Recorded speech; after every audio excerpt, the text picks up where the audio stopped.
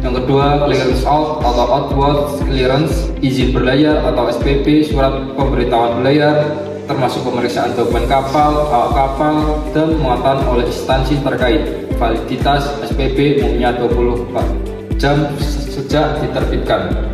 Darah clearance yang pertama adalah Syah Bandar atau KSOP, otoritas tertinggi keselamatan atau keterlibatan pelayaran sampai penerbitan SPP.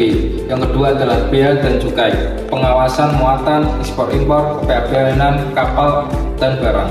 Yang ketiga adalah imigrasi, pemeriksaan dokumen keimigrasian kru dan penumpang asing. Yang keempat adalah karantina kesehatan atau hewan, pemeriksaan kesehatan kapal, awak, serta karantina hewan, ikan, dan tumbuhan.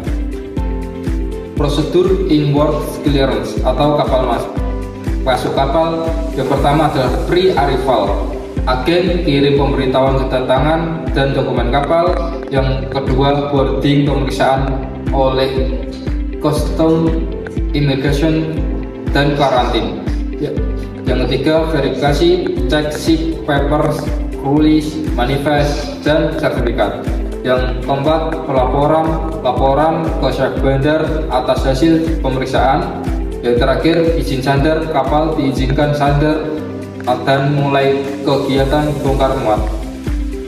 Prosedur outward clearance atau keluarnya kapal. Yang pertama, permohonan agen ajukan permohonan SPP ke Syah Bandar. Kedua, cek dokumen, verifikasi dokumen muatan, awak, dan sertifikat kapal. Yang ketiga, clearance bea cukai, imigrasi, karantina, dan memberikan clearance keluar. Yang keempat, penerbitan SPP. Syah Bandar menerbitkan surat persetujuan berlayar. Yang terakhir, berlayar, kapal berlayar dengan SPP yang telah divalidasi umumnya 24 jam.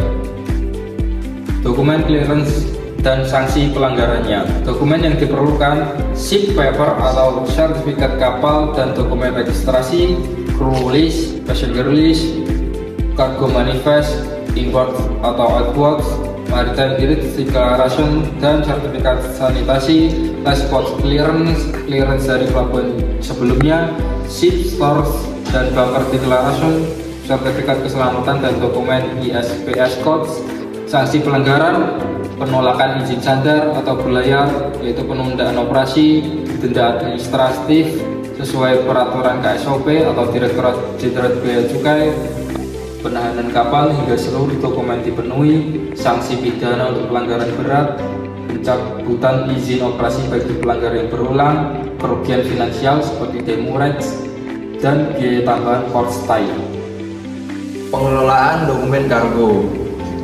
Sistem informasi logistik pelabuhan berikut adalah sistem tradisional, yaitu berbasis dokumen fisik, paper-based, pengurusan bertahap di tiap loket instansi, rentan kehilangan, kerusakan, dan duplikasi.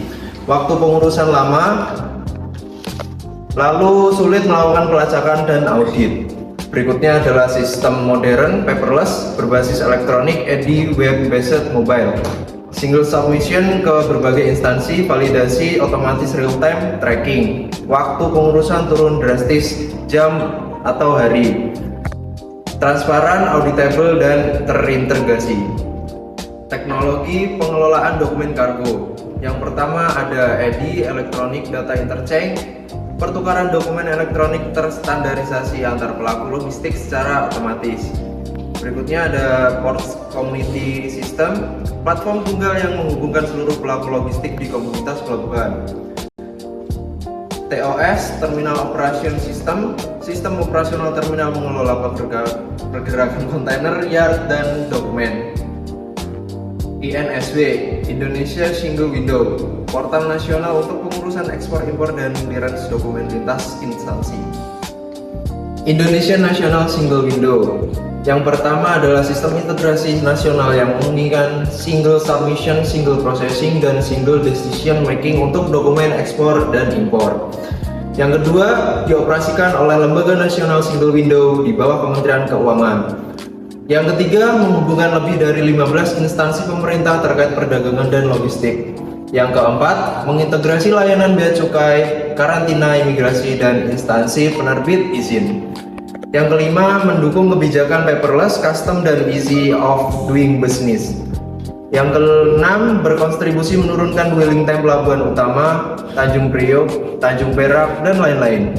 Yang ketujuh, terakhir, yaitu dasar hukum, Perpres nomor 76 2014 dan Perpres nomor 44 2018 tentang INSW. Alur dokumen kargo, pre-arrival hingga delivery. Yang pertama, pre-arrival, yaitu pengajuan PIB, manifest, dan notis kedatangan via INSW. Berikutnya ada arrival, kedatangan atau kapal tiba, import clearance, dan manifest diverifikasi. Selanjutnya ada discharge, bongkar muat, dan input data ke TOS terminal. Yang keempat yaitu custom pemeriksaan pabean dan penerbitan SPPB di CISA. Yang terakhir yaitu delivery, penerbitan delivery order elektronik dan pengeluaran kargo.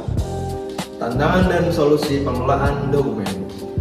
Berikutnya adalah tantangan. Tantangan yang pertama adalah kesenjangan adopsi teknologi antar pelaku dan terminal.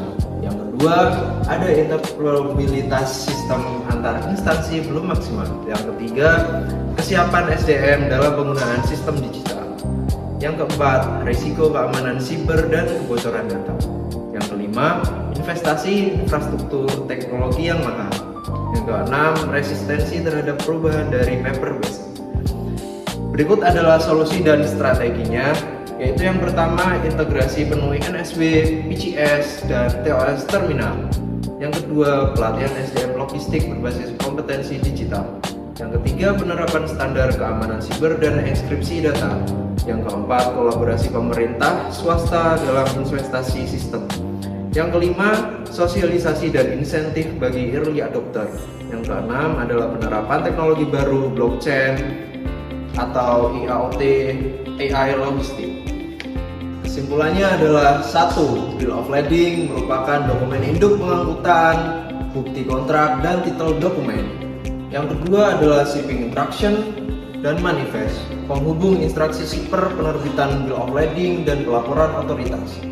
Yang ketiga, delivery order adalah kunci pelepasan kargo dari carrier ke consignee di pelabuhan tujuan.